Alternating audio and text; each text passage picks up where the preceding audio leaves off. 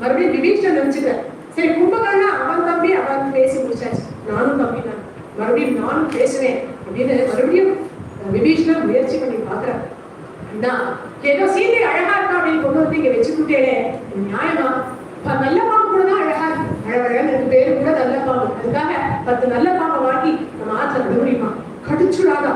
அது போல சிந்தையிலே விஷம் இருக்க அந்த சீதாதேவி என்ன விஷயம் அப்படின்னா இப்படி பண்ணிட்டான் ராமன் கிட்டே இதை பிரிச்சுட்டானே அப்படின்னு அவன் மனசு குமரி குமரி அவனுடைய சிந்தை அந்த விஷத்துல நம்ம அத்தனை நேரம் அழிஞ்சு விடும். தயவு செய்து சீதையுடைய கோபத்துக்கு நம்ம ஆடாக.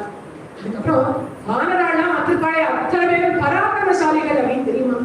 யாவன் நலங்காம் சமவித்தவந்தி பலிமுகா பற்பல கூட்டமாத்ரா ஹம்சாயுதா ஸ்ரீவானகாயுதாச பிரதியதாம் நாசரதாயுமே.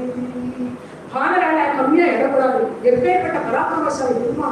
நேரம் அப்படி பிராண்டி பதவி கொடுத்தா அதை ஞாபகம் வச்சுக்கோங்க.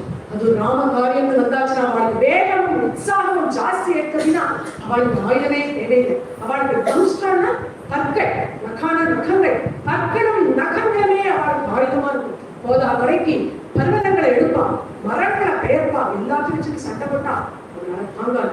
நான் கையில செய்து திருப்பி சீதையை கொடுத்துடுவா நல்லது அப்படின்னு மறுபடியும் சபையில சொல்லும் போது பிரகஸ்தன் பார்ப்போம் இல்லையா சேனாதிபதி, அவன் சொல்லலாம் விபீஷணரே என்ன ராமன் ராமன் காபராபடத்தில் எல்லாரும் பயமுறுத்திட்டு உங்களுக்கு பயமா இருந்தா நீங்க உங்க ஆத்துக்கு போய் கதரை சாத்திட்டு ராமநாம ஜபம் பண்ணிட்டு உங்களை நாங்க யுத்தத்துக்கு கூப்பிட மாட்டோம், நாங்க பார்த்தோம் உங்க வேலை அக்ஷர விழாம நாங்க பார்த்தோம் அப்படின்னு சொன்னோடனே விபீஷனுக்கு வந்து போகும். அப்படின்னு பிரகஸ்தா ஏண்டா இப்படி புரியாத பேசுற, நீ நினைக்கிற மாதிரி கிடையாது.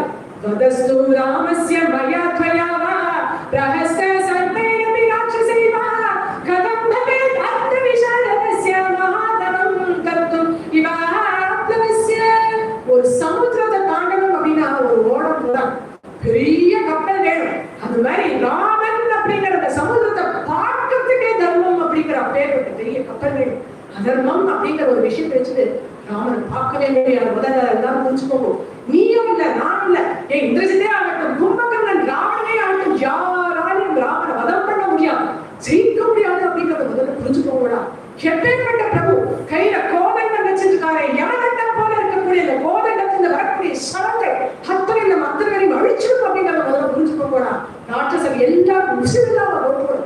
ஏன்னா அப்படி தர்மம் இல்லாம மாட்டேன். அவர் மனைவியை கொண்டு வச்சுட்டு அவர் சொத்து அவர் மனைவி அவர் தர்ம பத்னி அவளை கொண்டுட்டு